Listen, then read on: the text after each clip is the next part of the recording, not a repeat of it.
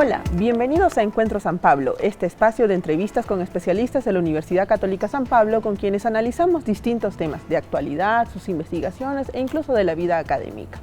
Les doy la más cordial bienvenida a esta primera edición del año y para ello nos acompaña la doctora María del Carmen Concha Rondón. Bienvenida. Muchas gracias.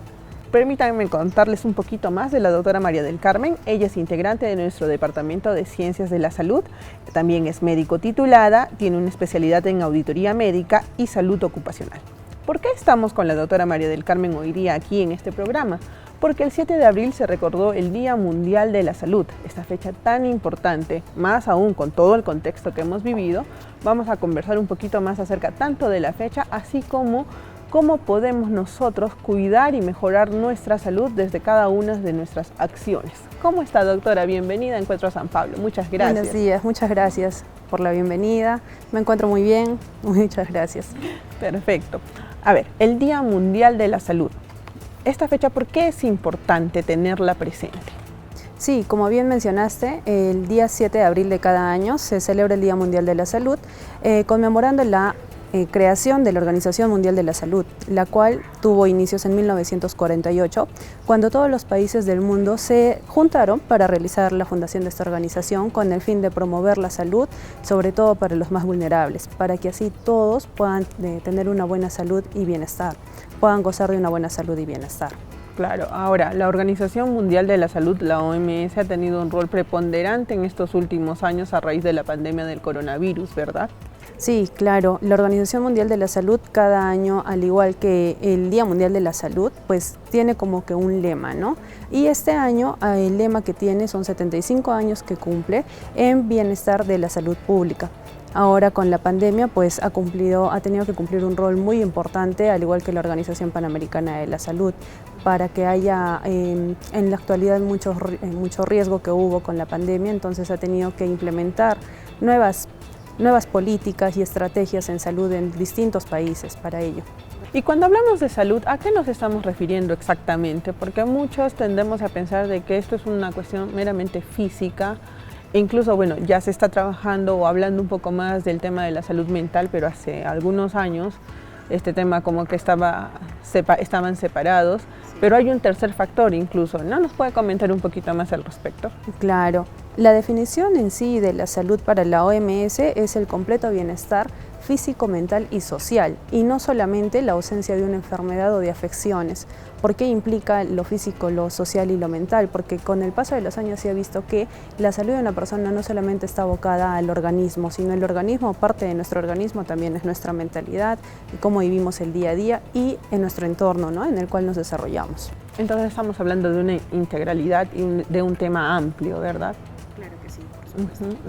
Y en esa línea, doctora, cuando hablamos de la salud física, salud mental y salud social, ¿cómo podemos nosotros aportar a tener un bienestar en nuestra salud?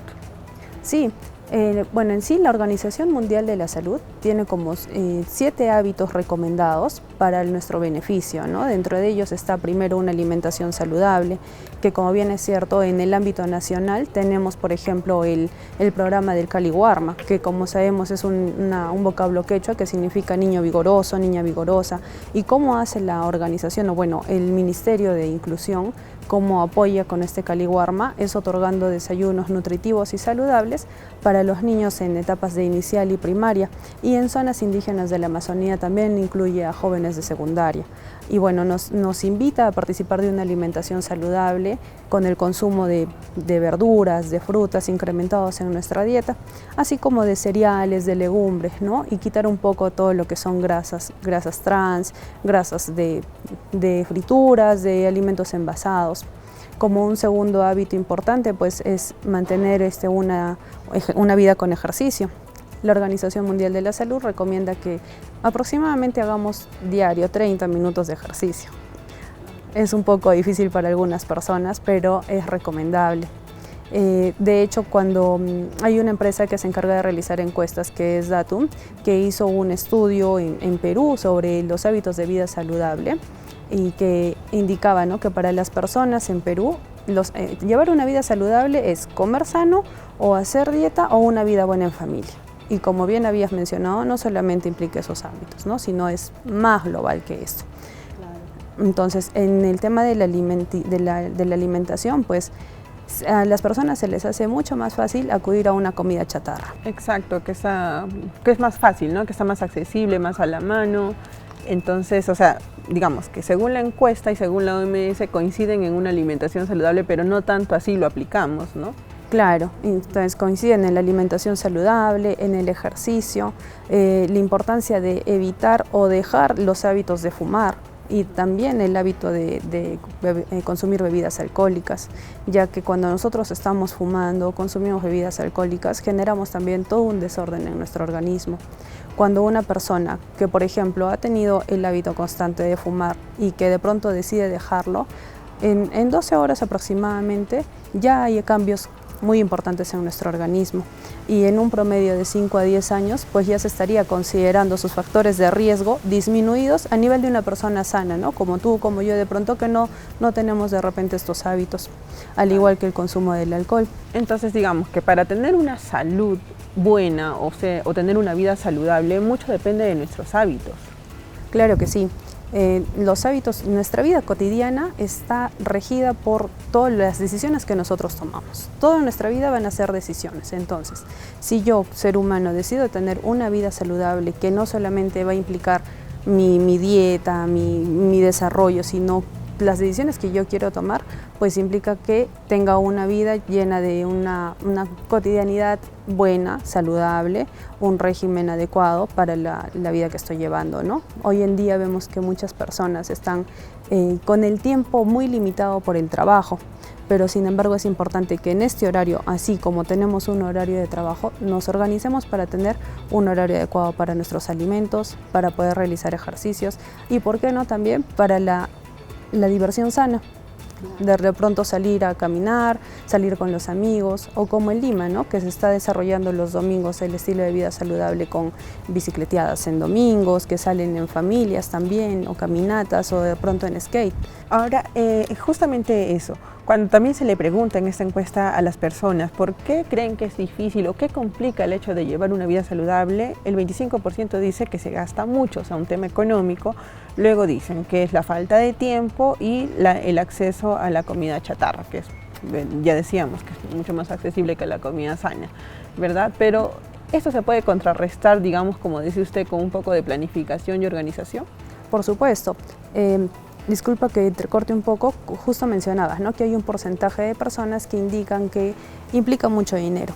¿Por qué? Porque las personas piensan, no, si yo hago dietas tengo que comer comida muy cara o de pronto ir a los especialistas. Si bien es cierto, es importante que acudas a un nutricionista para que te dé tu dieta, o de pronto si es que estás con sobrepeso u obesidad, acudir a un endocrinólogo especialista, pero esto te va a llevar a que si tú te cuidas, o sea, a más cuidados ahorras más, porque si te enfermas, la enfermedad me conlleva a que gaste más. No necesariamente una dieta saludable te va a implicar mucho gasto. Con que comas una buena dieta en cuanto a frutas, verduras, no estés combinando papa y arroz, equilibrio de tus alimentos, entonces carbohidratos, ¿no? Claro, no va a implicar un gasto mayor como piensan las personas. Ahora, también hay un pensamiento de que para una vida saludable tengo que inscribirme a un gimnasio necesariamente, y no es así. Vemos que estos 30 minutos no necesariamente son ejercicios de levantar pesas, sino ejercicios aeróbicos que se pueden realizar muy bien en casa. Hay muchas rutinas en internet que se pueden encontrar desarrollando aeróbicos, ¿no? Y eso no nos va a implicar más que distribuir mejor el tiempo. Claro, y a veces también pasa porque en Perú tenemos la cultura no preventiva, sino más bien reactiva respecto al tema de salud, que es algo que constantemente se han repetido en muchísimos gobiernos, ¿no? No hay una cultura de prevención respecto a salud, sino que simplemente nos acordamos de nuestra salud cuando ya está la enfermedad ahí o cuando tenemos ciertos síntomas. Precisamente, para ello tenemos, así como tenemos la Organización Mundial de la Salud, tenemos la Organización Panamericana de la Salud, la cual, como uno de sus pilares, es la promoción y prevención. Entonces, si es que nosotros prevenimos, como dices tú, el peruano es más reactivo, pero ¿qué se trata de hacer? La prevención y promoción, para que no lleguemos al paso siguiente, que es la enfermedad. Entonces, siempre la Organización Panamericana de la Salud trabaja en conjunto con todos los países miembros para que haya estrategias políticas, no solo políticas, en todos los ámbitos, ya que es un tema multisectorial para tratar, que todos incluyan en sus políticas el tema de salud y así podamos mantenernos en la prevención, la promoción y la prevención. Ahora, ¿qué enfermedades son las que están más relacionadas de pronto con un estilo de vida no saludable? Es decir, por ejemplo, el consumo de comidas chatarras, a deshoras, la falta de ejercicio, el excesivo consumo del alcohol, del cigarro, como decía usted. Claro. Como principales enfermedades, pues vemos que tenemos la diabetes, enfermedades cardiovasculares, las cuales se pueden contrarrestar muy bien con ejercicios, una vida saludable y evitando los excesos, ¿no? Las adicciones. También llevan, por ejemplo, ante mucho consumo de alcohol, pues hay trastornos mentales.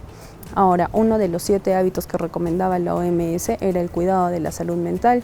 ¿Por qué? Ya que tenemos como primera enfermedad mental la depresión o la ansiedad. También son enfermedades que no porque sean enfermedades de nuestra mente no pueden ser menos importantes, ¿no? Muchas personas indican que, por ejemplo, si tienen que ir a un psiquiatra o a un psicólogo, se rehúsan, ¿no? Porque dicen, no, todavía yo no estoy hay ese tabú, loco. ¿no? Todavía hay ese tabú respecto a nuestra salud mental, cuando es tan importante, digamos, para equilibrar nuestra vida. Sí, entonces dentro de las enfermedades que conllevan a un desarreglo, pues está, como venía mencionando, ¿no? La hipertensión, la diabetes, muchas enfermedades en el aspecto endocrino, salud mental, también enfermedades, sobre todo, corren riesgo de enfermedades cardiovasculares, paros cardíacos, etc. Sí, también calculo que le exigimos más a nuestras articulaciones cuando, por ejemplo, hay un tema de sobrepeso, ¿no? Exacto, justamente en este estudio que te venía comentando de Datum, indicaba que hay un porcentaje de personas que indican que se encuentran bien en su peso ideal, pero cuando se realiza el estudio del peso talla, que nosotros sacamos lo que llamamos el índice de masa corporal, pues encontramos un porcentaje elevado de personas en sobrepeso y hoy en día, en la actualidad, ya estamos pasando al rango de obesidad. Entonces, pues sí es importante porque cuando nosotros tenemos mucho peso, ¿quiénes cargan todo nuestro peso? Nuestras rodillas en primer lugar. Después de nuestras rodillas, pues nuestras caderas y van afectando nuestra movilidad articular porque presenta dolor, presenta inflamación. Entonces también hay una afección en nuestras articulaciones, ¿no? Y si va de la mano a enfermedades reumatológicas, pues no solamente van a ser en articulaciones de nuestros miembros inferiores, sino también pueden afectar articulaciones de nuestros miembros superiores, las manos, ¿no? Perdiendo un poco la fuerza, provocando mucho dolor. Incluso esto se está notando desde muy temprana edad, ¿no? Incluso en niños ya, o sea, se habla de una diabetes infantil y temas de ese tipo. Sí, claro, cuando hay mucho consumo de grasas, por ejemplo, en los niños, hoy en día los papás a veces les dan, o bueno, les ponen mucha chatarra de repente en las loncheras, provocan el aumento de peso en los niños y esto va a conllevar a que hay enfermedades, ¿no? De sobrepeso y de obesidad en ellos y pues su desarrollo también va a ser disminuido. Y bueno, y como decíamos, la salud es una integralidad que también incluye nuestra mente. ¿Qué recomendaciones hay respecto a ello para cuidar nuestra salud mental? Creo que la primera sería dejar de verlo como un tema tabú o como un tema del cual no se debe hablar, ¿no? Claro que sí. En primer lugar, entender que si yo necesito ir a un psicólogo o a un psiquiatra porque me siento un poco mal, no es porque esté necesariamente loco, como lo mencionan algunas personas, ¿no? Sino que es necesario para todos. Dentro de nuestro bienestar y nuestra salud mental también es importante que podamos cumplir nuestras horas de dormir y que es otro hábito importante para desarrollar, ¿no? La OMS indica de que las personas adultas deberíamos descansar al menos 7 horas porque así desarrollamos también mientras dormimos, hay un arreglo hormonal, hay una preservación de las neuronas, entonces eso nos ayuda también. Dentro de nuestro cuidado de salud mental también está desarrollar ejercicio, realizar actividades que nos van a hacer sentir a gusto, evitar mucho el estrés y si tengo estrés o carga laboral, darme cuenta de esto y no pasarlo por alto. Muchas personas viven con estrés laboral y no se dan cuenta porque dicen, no, es que yo soy muy responsable. Sí, todos somos responsables en nuestro trabajo, pero llegamos a un punto en que en realidad nos está afectando emocionalmente y a nuestro organismo. Empezamos a presentar dolores de cabeza de repente, ¿no? O muchas ganas de comer, ansiedad. Entonces tenemos que aprender el equilibrio, ¿no? Entre una buena vida de descanso, de reposo y una vida laborable. Claro, está demostrado entonces también la relación, el vínculo entre el bienestar mental, de nuestra salud mental, con nuestra salud física. Claro que sí.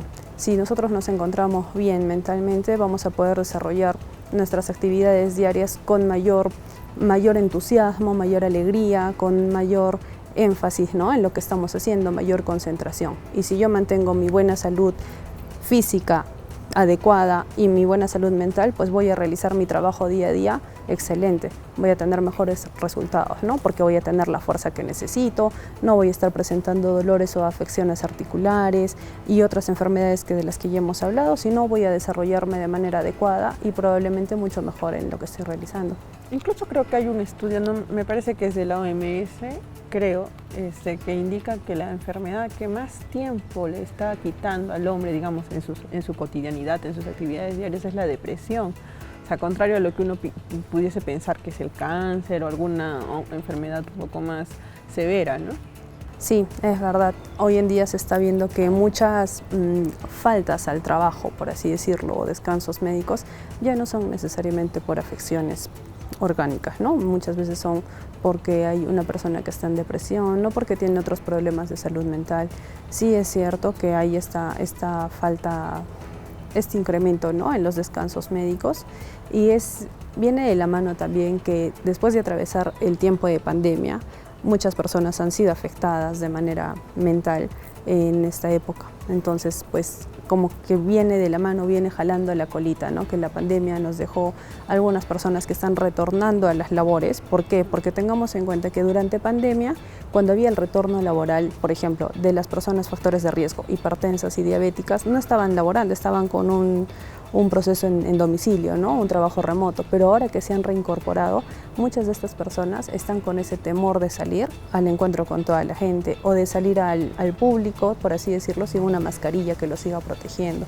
Y pues ya sabemos de que ya no es obligatorio el uso de mascarillas, ¿no?, o sea, por prevención lo podemos usar, pero hay personas que tienen este temor muy fuerte, entonces pues tienen que trabajar mucho en terapias psicológicas para que puedan desarrollar su trabajo con normalidad y atendiendo al público, ¿no?, que de repente muchos de ellos desarrollaban ese trabajo antes de la pandemia. Y bueno, y el tercer componente que vendría a ser el componente social, que si bien está relacionado al tema de las políticas públicas, ¿qué podríamos hacer nosotros desde cada uno de nuestros lugares, desde cada una de nuestras actividades? Claro, un componente social es importante porque cuando hemos retornado de la pandemia, si bien es cierto, muchas personas continúan con el temor. Entonces, ¿qué pasa, por ejemplo, ahora? Si una persona viene a tu trabajo y está presentando síntomas respiratorios, ya te da un poco de temor o de pronto dices, puede contagiarme el resfrío o el COVID, que muchas personas piensan que un resfrío puede seguir siendo COVID, ¿no?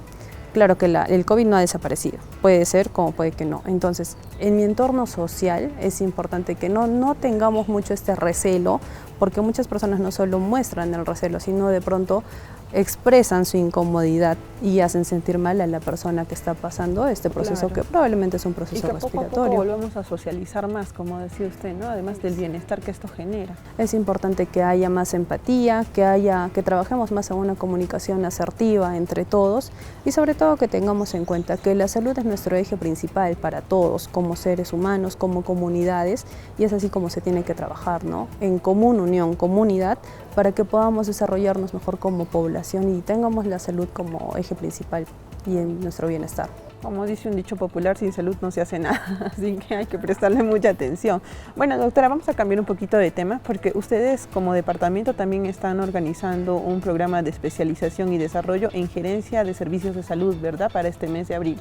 Sí, es verdad, el PET de Gerencias en Salud, el cual está iniciando el 18 de abril, del cual también yo he participado en el primer PET que realizó el Departamento de Ciencias, el cual es muy importante, no solamente para los médicos, sino para personas de todo el ámbito de salud u otros. Por ejemplo, cuando yo hice, no solamente éramos médicos y enfermeras, ¿no?, sino había personas de otros ámbitos, que era desarrollar más que todo cómo podías manejarte tú para realizar una buena gestión, ¿no?, si es que de algún momento te tocaba ser cabeza de una entidad o de una empresa, para que tengas los medios y te prepares mejor para poder desarrollar este trabajo.